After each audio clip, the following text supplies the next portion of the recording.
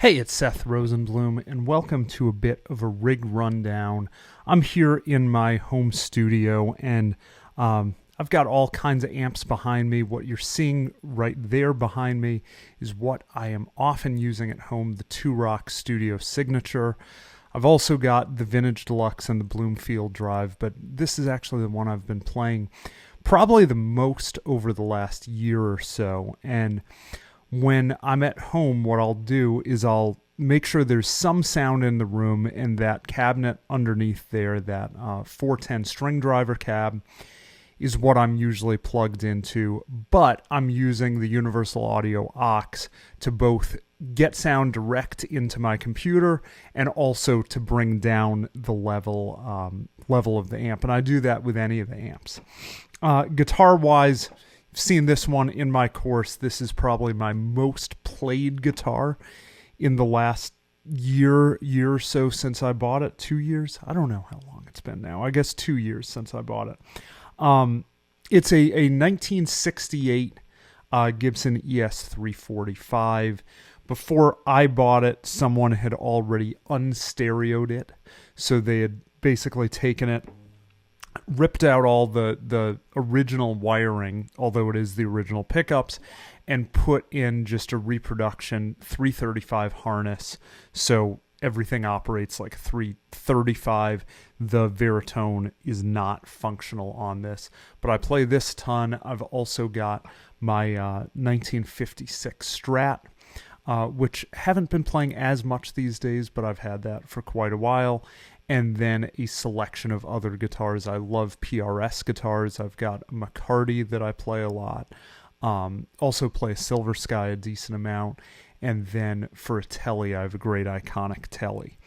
Now, pedal-wise, I have two boards that I mostly play. When I'm at home, I've been using the bigger of the two boards. And generally, when I've been out on the road or gigging, I've taken my smaller travel board. Really, the only differences are which delay is in play. Of the smaller board has a Keeley Halo core. Big board I'm playing here has a old school Memory Man Deluxe, and then also a Bell Epoch if I need something a little different. But aside from that, and a trem pedal, which this has, the smaller doesn't, they're pretty similar. I like to have multiple drive options on every board. The one pedal that I can't go without is always the Vemorham Jan Ray. So right here, this is just straight into the amp.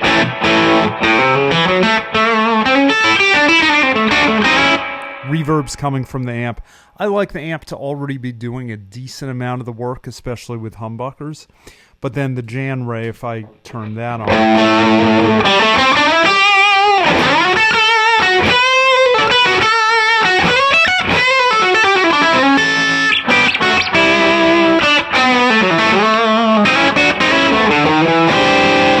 that's often my main drive. I also have on this board a Cornerstone Imperium. On the other, it's a Brown Protein.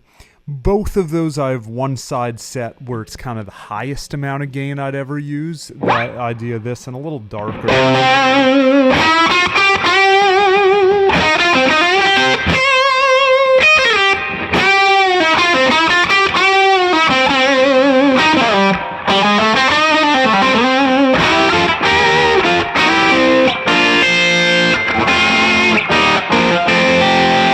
Other side on this is just a tube screamer. It's a sound where I use more with Strats than humbuckers.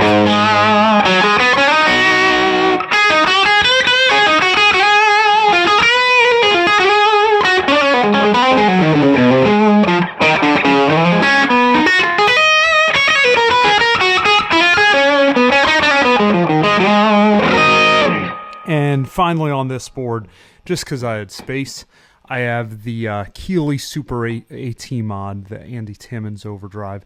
That's one that I very much use more with single coils. The two pedals that are constant on both these boards, the TC Electronic Stereo Chorus and Flanger, which is really nice for either a subtle kind of always-on chorus to thicken things, or just if I want to kind of give a subtle chorus to things if I'm playing rhythm.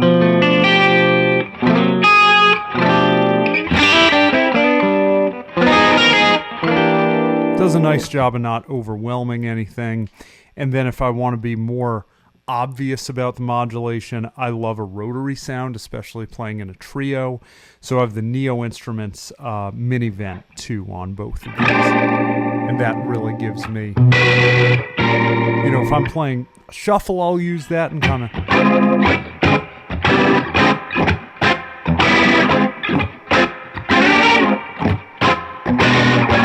And I'll also use it on a slow blues, like go up to the neck pickup and...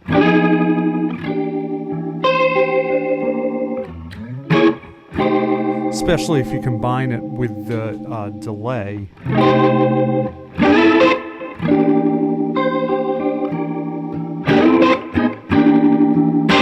Does a really nice job of thickening everything. Delay I tend to set kind of subtle but long. I like a delay that is subtle in the sense that the repeats are dark.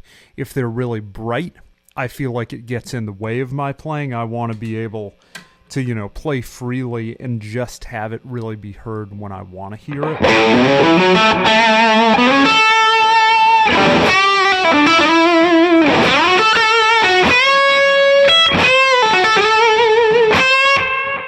So you hear the repeats after, but you don't really feel like it's getting in the way when I'm playing. And then on this board, just for fun, I also have a trem pedal, but that's not a pedal that really gets used all that often. For me, it's usually either the chorus flanger or the rotary. And actually one of my other amps, the Vintage Deluxe from 2Rock, if I want trem, that has it on board and it's great. But this is just a little idea of what I'm using either when I'm at home or on the road.